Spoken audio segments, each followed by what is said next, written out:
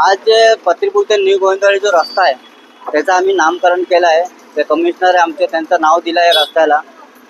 कारण इथे यायला जायला एवढा त्रास होतो. इथे आजूबाजूला शाळा आहे, 2 शाळा आहे आणि ते लहान लहान मुले त्यांना यायला जायला त्या पाणीमध्ये जायला लागतो.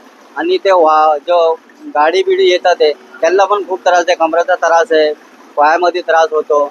आणि वारंवार आम्ही पत्र देऊन KDMC काही ऐकत नाही. एक एक करोड रुपयाचं टेंडर काढतात आहे, पण ते पैसे कुठे जातात हे भ्रष्टाचार आहे. आज जर याच्यामध्ये अवॉर्ड द्यायला काढला ना आपण, तर आपला KDMC मध्येचा नंबर 1 अवॉर्ड येईल भ्रष्टाचारमध्ये. तर आम्ही आता नाव दिलं आहे. जर आता पण हे रस्ता नाही केला तर मी याच्या पुढे तीव्र आंदोलन करणार, पूर्ण रस्ता बंद करणार. आता मी आमरण उपोषणाला बसणार आहे. माझं नाव युसुफ मेमन आहे. मी आता घरात निघालो तर जाता बघितला शकीलबाई आमरण उपोषणाला बसलेले आहे.